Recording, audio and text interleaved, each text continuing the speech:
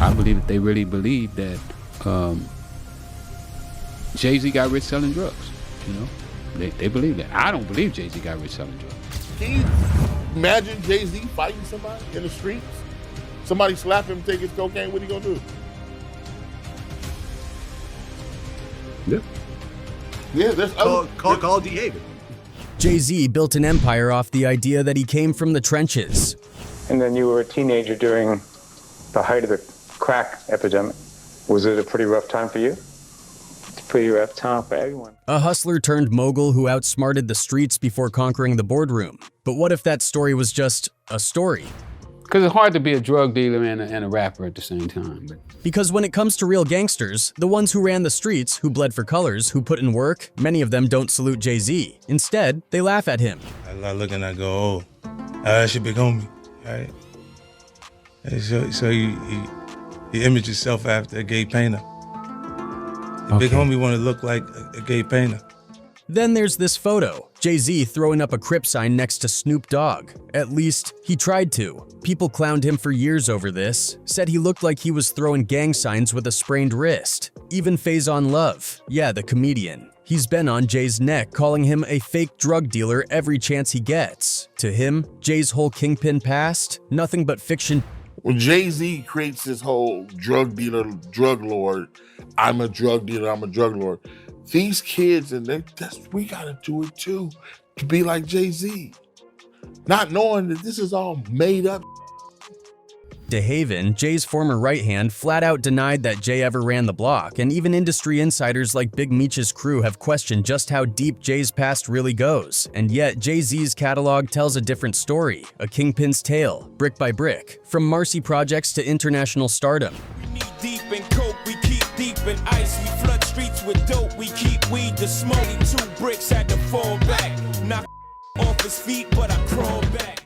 So which version is real? The hustler who outwitted the game, or the businessman who sold a lifestyle he never lived? So, Jay-Z built an empire on a foundation of street credibility. That's the image, the persona, Marcy's own kingpin turned mogul. He's the hustler turned CEO, the dope boy who made it out, the man who allegedly flipped bricks before flipping businesses. It's his origin story. But over the years, a growing number of industry insiders, rappers, and street figures have questioned whether Jay-Z really lived the life he rapped about. Some have called it exaggeration, others outright fraud. When it comes to respect from certain corners of hip-hop, especially from those tied to Crip and Blood affiliations, Jay-Z has always walked a fine line. He's had feuds with prominent West Coast artists, tension with Crip-affiliated rappers. Jay-Z said something about friend of blood or Crip, and then Bullet jumped on like, you don't know what the you talking about, no blood or Crip. You don't know about what this.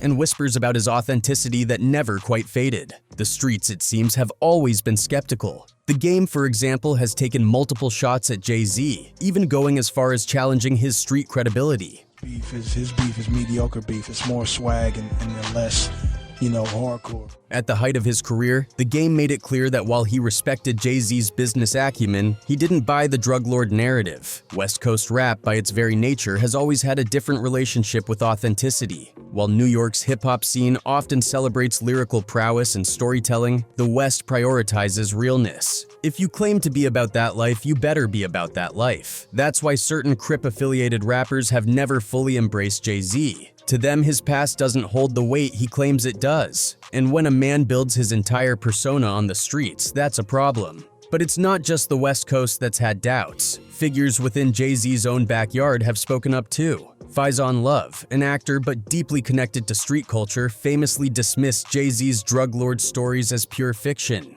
In an interview, Faison didn't hold back. He called Jay-Z a puppet, someone who had never truly lived the life he rapped about. Oh, Jay, this puppet. He's never done.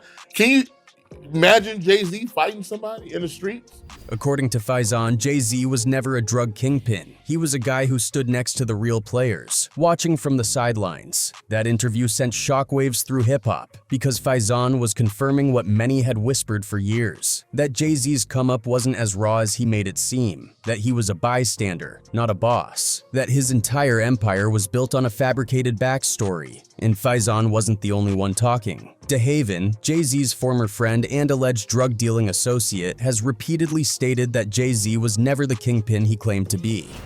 He didn't have to do anything. It was already in place. In multiple interviews, DeHaven talked about a young Jay-Z who was around the game, but not in it the way his lyrics suggest. But I didn't ever take him like on dangerous things and, like missions like that. According to DeHaven, Jay wasn't the one making major moves. He was just close to the action. He even recalls Jay being robbed not once but twice. They came and told me he got robbed and where these guys was from. I tried to go retrieve that and I almost got myself killed in that. A detail that doesn't exactly bolster the image of an untouchable street boss. In the hierarchy of the drug game, getting your jewelry snatched and needing someone else to retrieve it doesn't exactly scream dominance. It suggests vulnerability, a chink in the armor that real kingpins rarely allow to show. DeHaven claims that he took a bullet for Jay, kept him fed, and looked after him when they were coming up in the trenches. Then there's Vlad TV's infamous breakdown of Jay-Z's drug-dealing claims. In one particular segment, Vlad and TK Kirkland crunched the numbers, dissecting Jay-Z's claim that he lost 92 bricks of cocaine.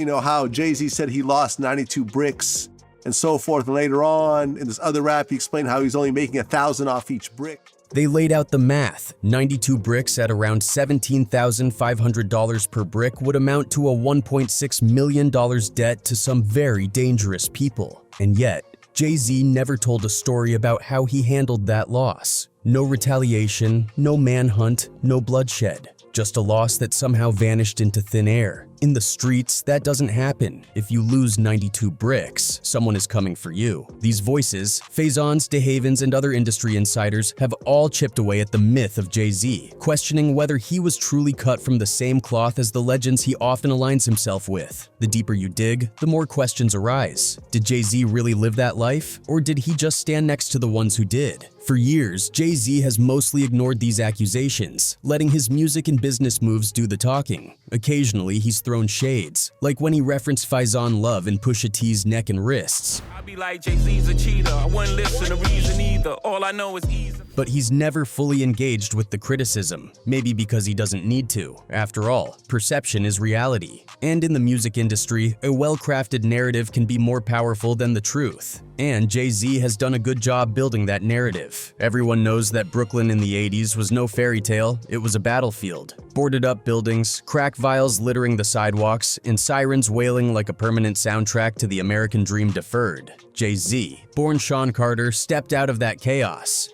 And then you were a teenager during the height of the crack epidemic.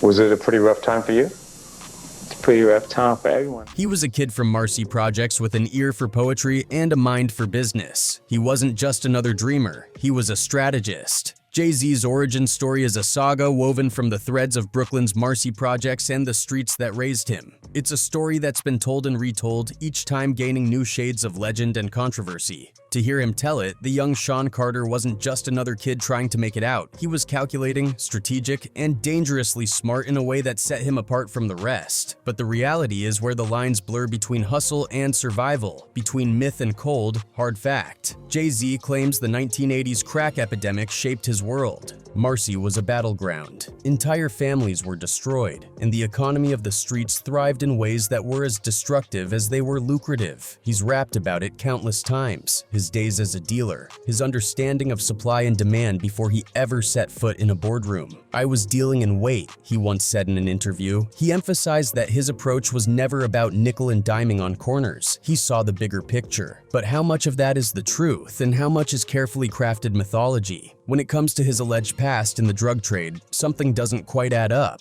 He's rapped about moving bricks, about the weight he carried, about dodging the feds like it was all in a day's work. Yet, when you pull back the curtain, the evidence is thin. Compare him to real documented figures of the crack era, names like Alpo Martinez, Freeway Rick Ross, or even 50 Cent, who has bullet wounds and street tales backed by police reports. These guys have rap sheets, court records, and documented affiliations. Jay has only lyrics. No arrests, no paper trail, no serious brushes with law enforcement that align with the scale of the operation he claims to have run. Some say that's just proof of his brilliance. He was too smart to get caught. Others aren't so convinced. Even guys who played the game flawlessly still left behind some trace, some whisper of their operations in old DEA files. Jay-Z, there's nothing. In the case of DeHaven Irby, Jay's former friend and alleged partner in crime, he was convicted in a massive drug bust. If Jay-Z was really that deep in the game, why did he walk away untouched? Why is there no paper trail linking him to anything beyond his own words? During DeHaven's trial, Jay sat there, looked him in the eye, and promised he had him. But those words evaporated the second they left his mouth. DeHaven never saw him again. He didn't ask for a handout, just help to get a decent lawyer, help that never came. To DeHaven, that was the ultimate betrayal. And this wasn't just a business move, this was personal. And when DeHaven tried to tell his side of the story, Jay shut him out with a cold, cryptic line. DeHaven for Kavin, heaven's at your head? Here he come with more and more and more shit, more and more shit. I said, and I'm wondering why he's saying this and why he doing this. That doesn't sound like the reaction of a man with nothing to hide. It sounds like someone cutting off loose ends. Jay-Z has built an empire, no question. His business acumen is undeniable. But the idea that he was some untouchable drug lord who seamlessly transitioned from slinging crack to selling records becomes more and more questionable as time goes on.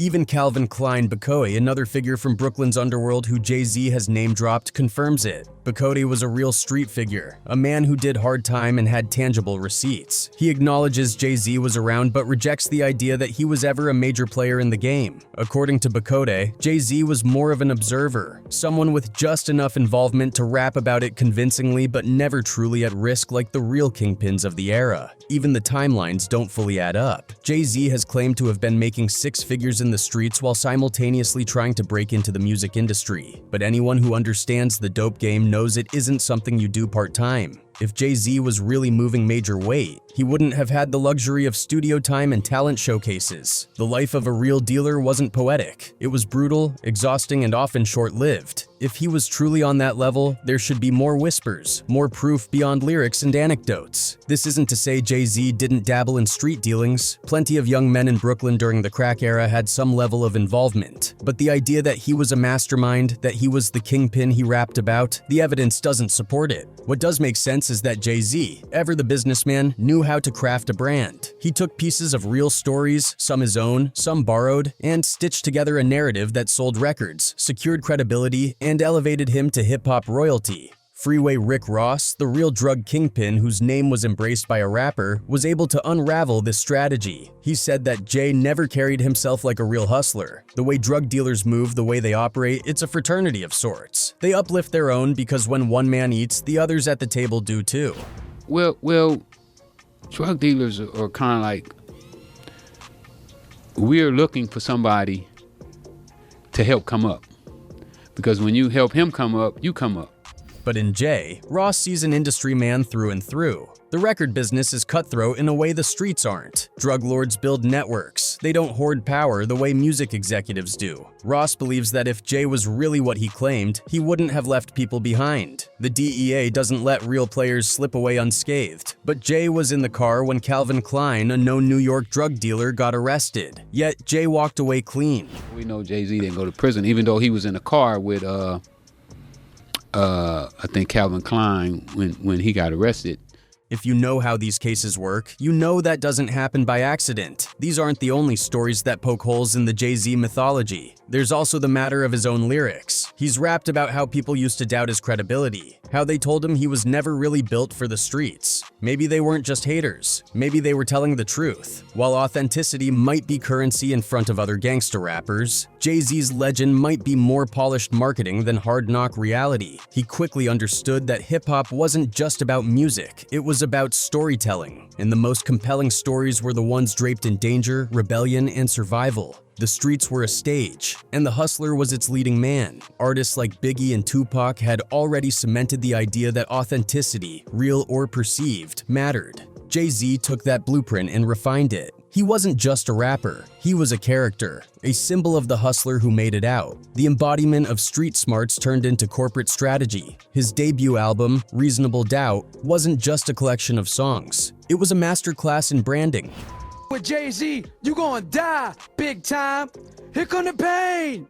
The lyrics painted vivid images of drug deals, power moves, and the cold calculus of survival. But unlike others who leaned into raw aggression or reckless violence, Jay-Z's persona was calculated, almost clinical. He wasn't just in the game. He was analyzing it, making moves like a chess grandmaster. That was the key difference. He wasn't rapping about shootouts in a fit of rage. He was narrating them like a strategist who had already mapped out his exit plan, and that was the genius. He also surrounded himself with the right people. Dame Dash, Memphis Bleek, Beanie Siegel, each playing a role in reinforcing the Rockefeller Empire's street-hardened image. Dame Dash, loud and brash, played the aggressive executive who wouldn't bow to industry politics.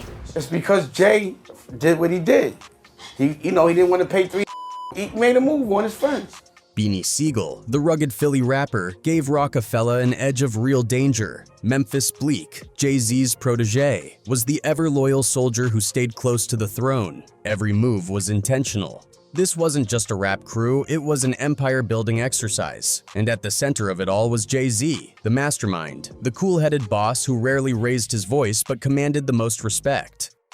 As hip-hop's business landscape evolved, so did Jay-Z's strategy. He understood that the hustler image had a ceiling. Street credibility could get you admiration, but corporate credibility got you wealth. And so he pivoted.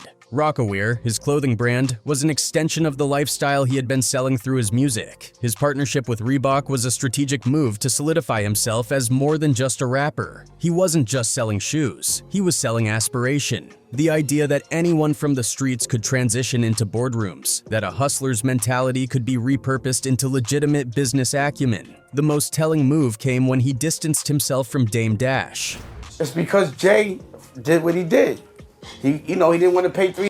He made a move on his friends. While Dash was content to remain the aggressive, street-savvy executive, Jay-Z saw the bigger picture. He knew that the hip-hop industry wasn't the end game. It was a stepping stone. So he cut ties, took control of Rockefeller, and positioned himself not as a rapper-turned-businessman, but as a businessman who happened to rap. The shift was subtle but significant. He stopped being just another artist with a street past and started being the blueprint for wealth in hip-hop. And that's when he made his biggest transition yet. The gangsta persona that had defined his early career faded into the background, replaced by the image of the mogul. He became the man who dined with Warren Buffett, who closed billion-dollar deals, who spoke about generational wealth instead of street survival. The hustler narrative was no longer about drug deals and escape routes. It was about equity, investments, and ownership. But the foundation remained the same. He was still selling the same dream, just in a different language. Look at the Black Album, Kingdom Come, 444. The evolution is clear. Where he once rapped about street codes, he now rapped about financial literacy. Where he once glorified the fast life, he now warned against its pitfalls. But through it all, he never abandoned the hustler persona.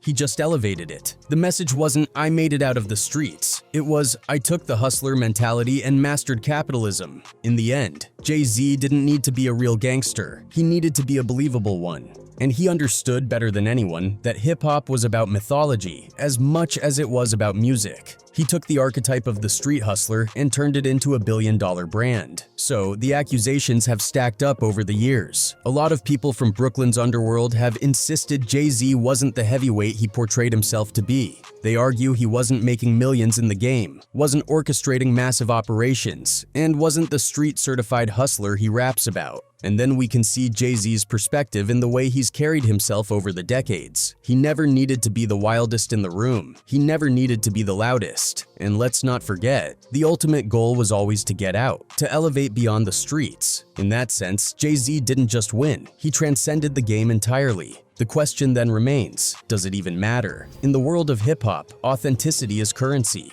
But Jay-Z has built something far more valuable than street cred. He's built power, he's built wealth, he's built influence that extends beyond rap, beyond the streets, beyond the very people who doubt him. While they argue about the past, he's controlling the future. So who do you believe? The voices from Marcy Projects who say Jay-Z wasn't really that guy? Or the man himself who turned his story, however real or exaggerated, into one of the most successful careers in modern history?